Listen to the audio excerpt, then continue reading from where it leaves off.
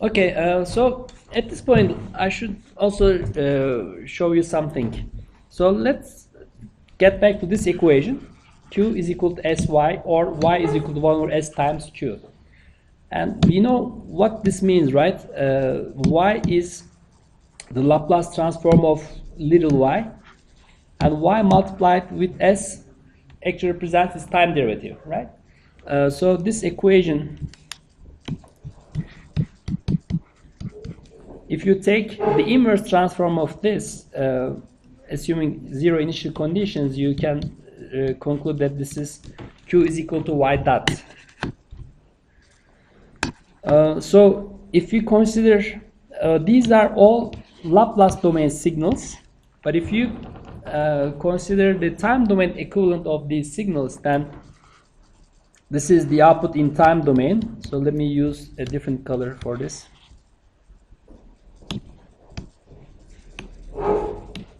Then Q is the time derivative of Y.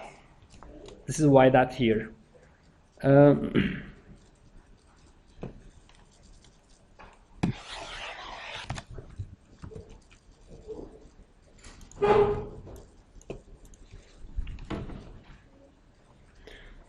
I'm going to do something here.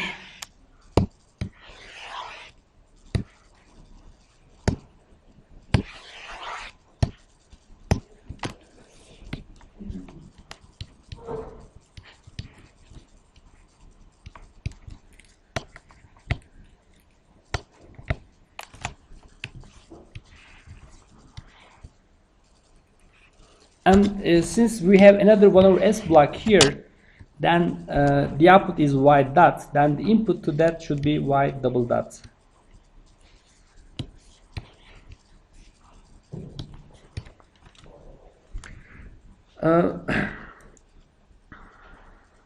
So in the previous, before we go to the break, I told you that when you break apart transfer functions, then the connection between the blocks does not necessarily have to correspond to physical quantities, but in fact for this example they do, right? So this connection here corresponds to the derivative of y, which is the speed of your block, and then this connection here corresponds to the acceleration of the block. Okay.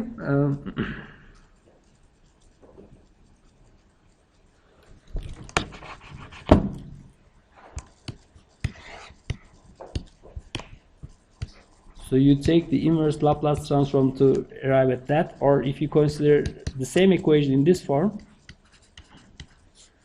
and then taking the inverse Laplace transform of that equation will give you y is equal to the integral of q.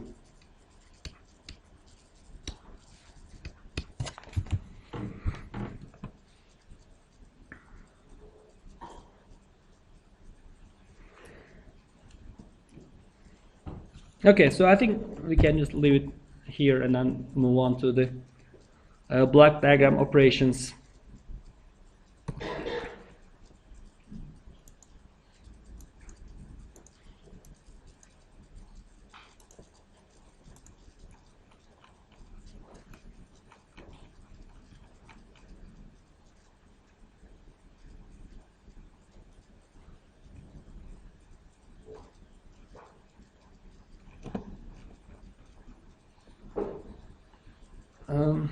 Anyway, let me just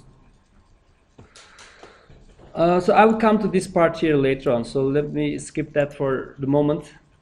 So let's see some block diagram operations. Okay, so in the break there was a question, so let me talk about that question.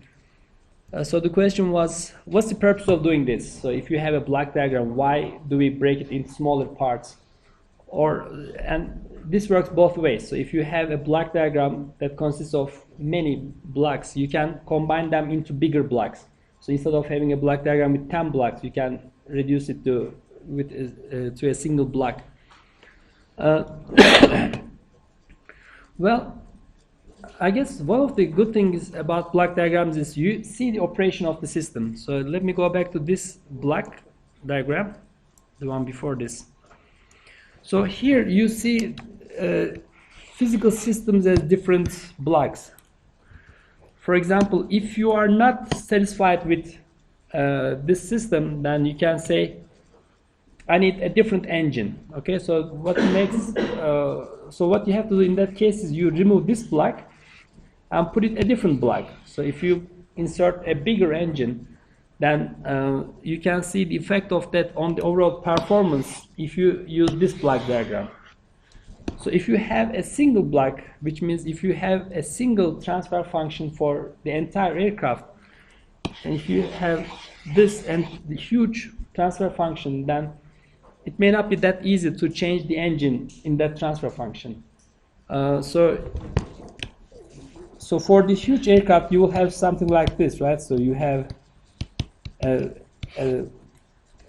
complex rational function of S, and if these are numerical values, then you cannot modify the transfer function to change the engine.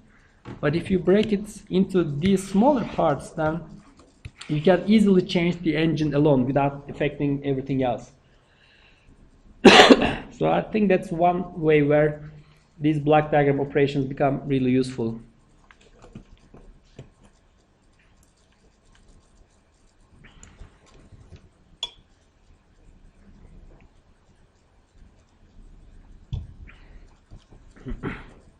Okay, so there are some rules. So let's quickly go over these rules. So here at this point we assume that these are all linear blocks. So for the block diagram, you don't have to have the blocks linear. So you can have a nonlinear block in a block diagram. For example, the engine. You may have a nonlinear model for your engine.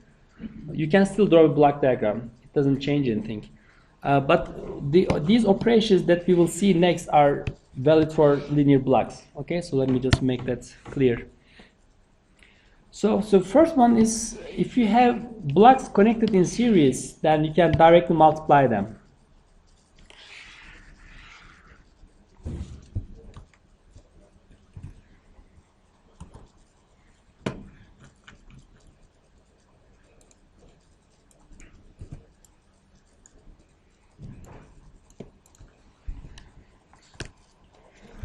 So we know that the Y2 output is G1 times R, and the Y1 output is G2 times Y2, but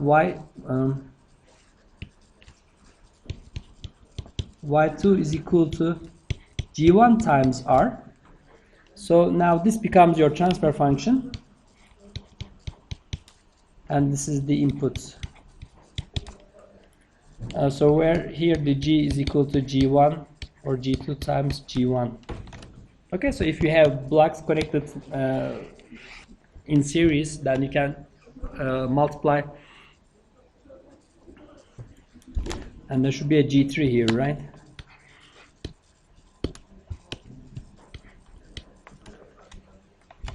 Okay, so that's the first rule, so that was easy. So if you have a single output, single input, single output system, the order of the blocks doesn't matter. So that means you can change the ordering of the multiplication here. So this is also equal to G1 times G2 times G3 for the G3, for example. So these are equal.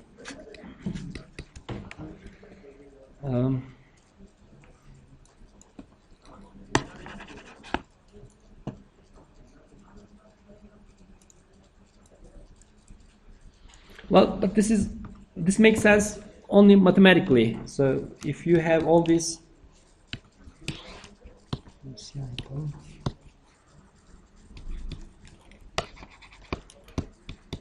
so for example, let's say this is 5 over S plus 1, G2 is equal to 1 over S, and G3 is equal to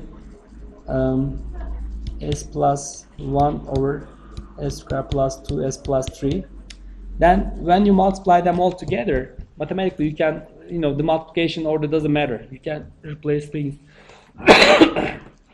But obviously physically this is really meaningless. You cannot really change the order of the blocks. So for example, you cannot take the airspeed indicator before the engine controller. Obviously, that doesn't make any sense. But mathematically, that operation is possible.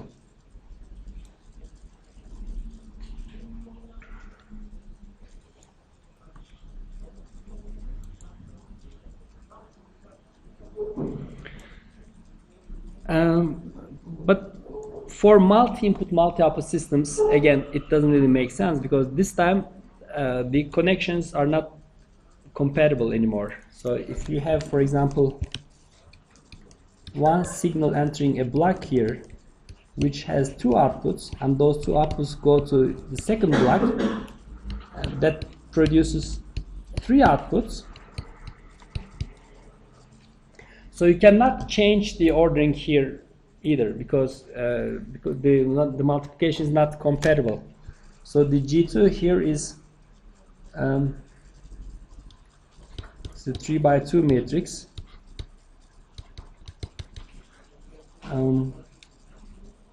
It's 1 by 3. And obviously for matrices, the order of multiplication is important.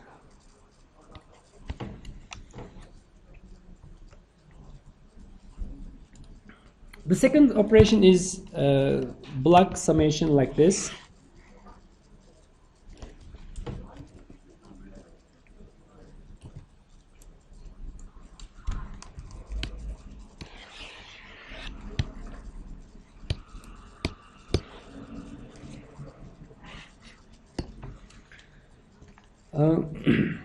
Okay, so what we have here is an input comes to this system, and it is divided into two parts.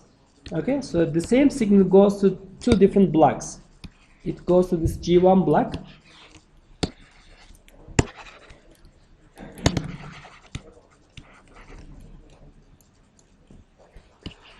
It goes to G1 block and it goes to G2 block. And then the outputs of these two blocks are added together.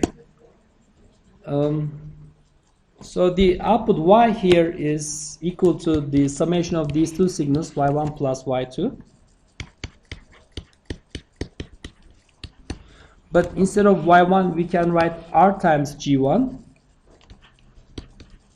And for Y2, we can G1, G2 times R. And then we can take these into R parentheses.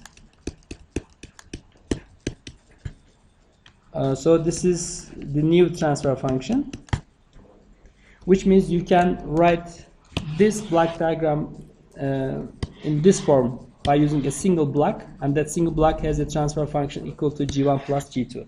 Okay?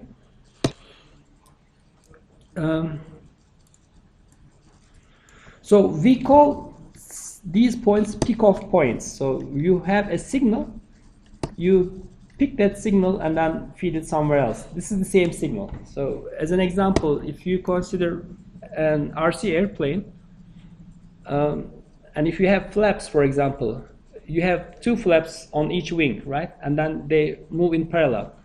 So that means you have a command for the flap deflection angle, and the same signal goes to both wings separately, right? So it goes to the left wing and then it goes to the right wing.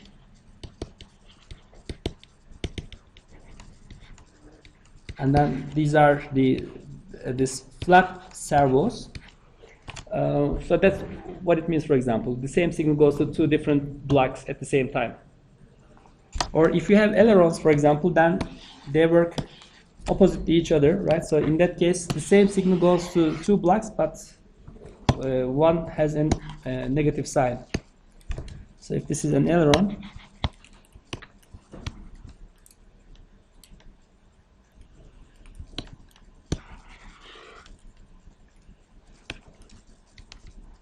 so it needs to go through a negative sign before it goes to the servo, right?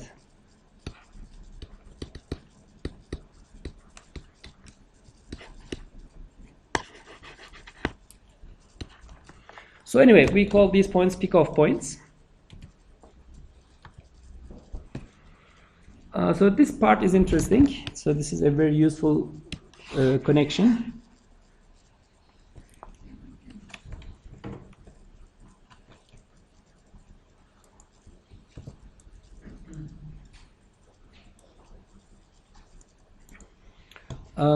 So we have a block in the feedback path. So this is the forward path, and then we have a pick-off point here. So we pick the output of this block and then feed it to another block here, H block, and then it goes into this block again.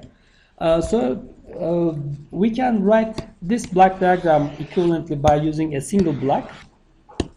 So now the question is, what is G in terms of T and H?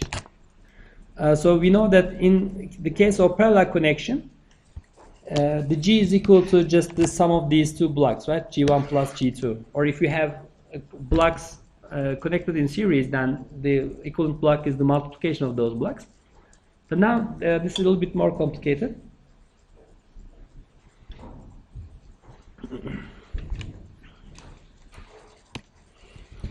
So let's find that the input to this block is Y and its output is going to be H times Y, right? So if I call the signal Y1, then I can write Y1 as R minus HY, right? So the output here is RT times R. So let me write an equation for this block. So the output of that block is T times R. Yok ya, yanlış yazdık. So this should be T times Y1, right?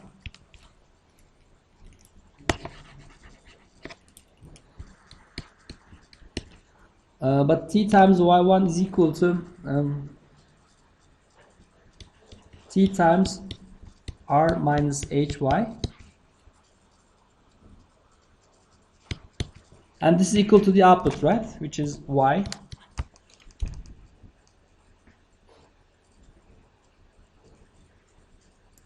So if I open the parentheses here, I get TR minus THY is equal to Y. I can combine terms that contain Y together. That gives me 1 plus TH times Y is equal to T times R.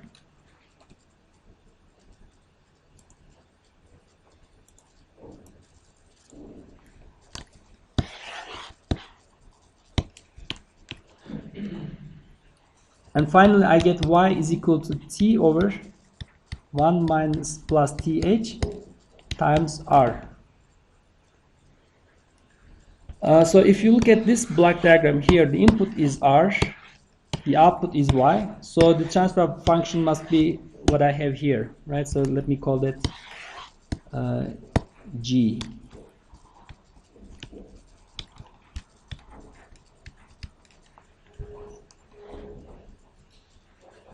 Okay. And if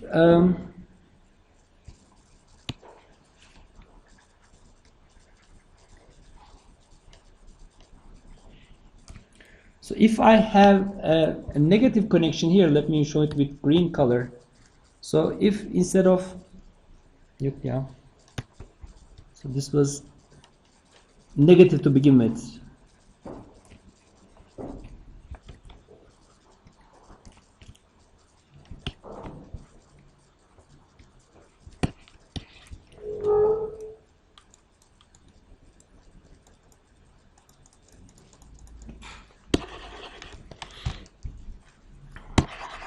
Kalem çalışmıyor tekrar.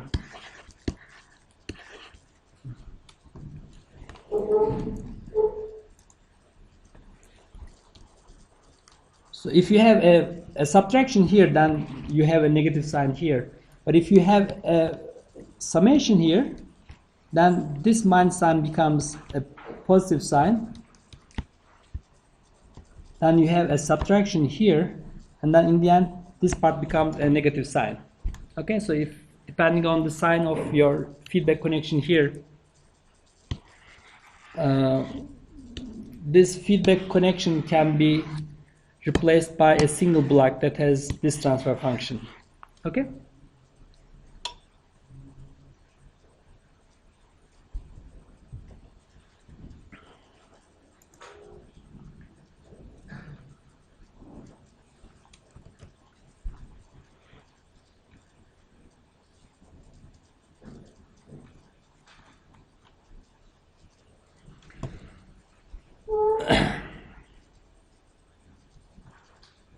Okay, so we can just take a look at the simple application of the operations we saw so far.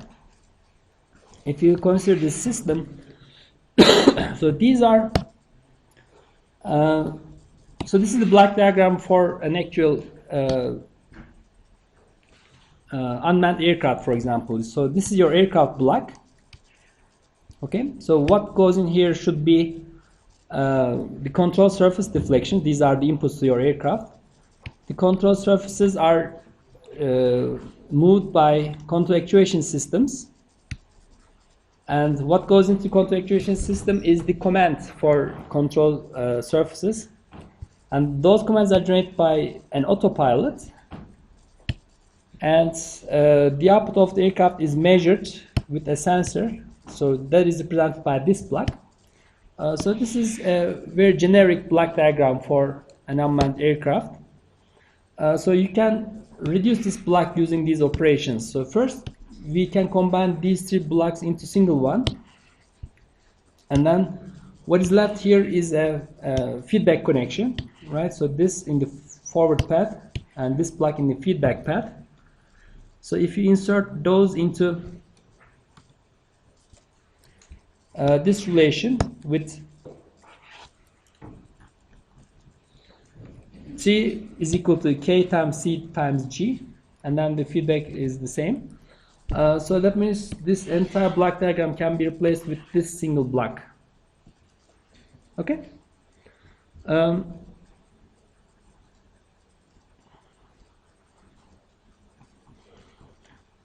Okay, so I think we can just discuss on this block diagram for a little while. So assuming these are all linear systems, so this reduction is possible. And these are linear systems, these are all transfer functions, right? So this is a transfer function. Every block here has its own transfer function, okay?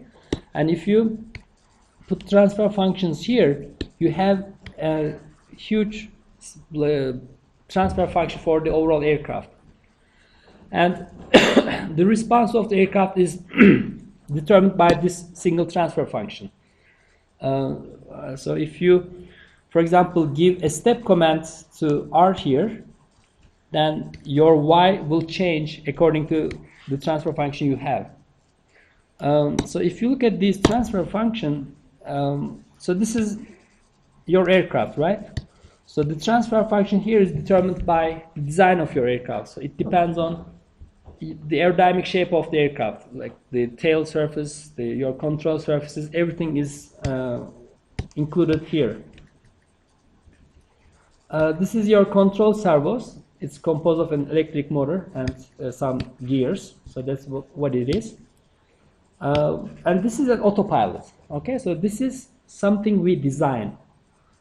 And if you look at this equation, the overall performance is determined by this overall transfer function. And in this transfer function, this K part is something we can choose freely. So this is really very critical, because if you don't like the performance here, you can change it by changing this transfer function. And that transfer function can be changed by changing this K block.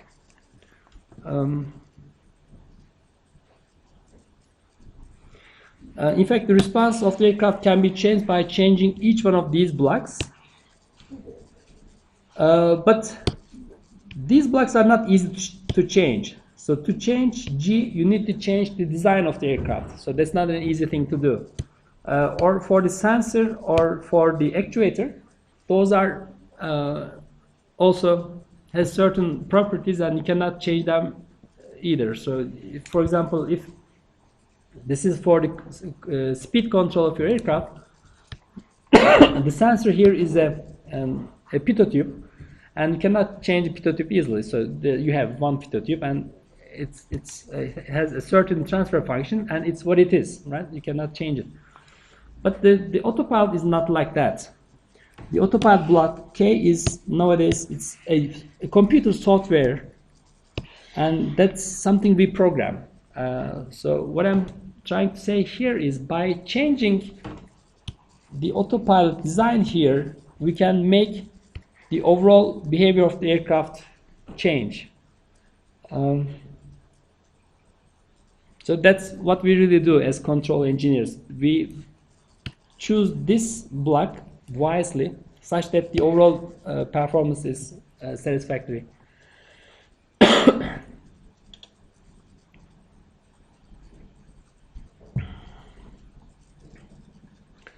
Şimdi buraya bir de Türkçe anlatayım isterseniz. Çünkü böyle dil değiştirince böyle kafalar kalkıyor genelde ve birazcık bir şey oluyor. Ne derler? Dikkatimizi toplamak için faydalı oluyor. Şimdi burası hakikaten kontrol kısmında önemli bir nokta. Yani bu tüm kontrol mühendisliğinin en can alıcı yerinden bahsediyorum şu anda. Şimdi burada bir tane kocaman bir transfer fonksiyonu var.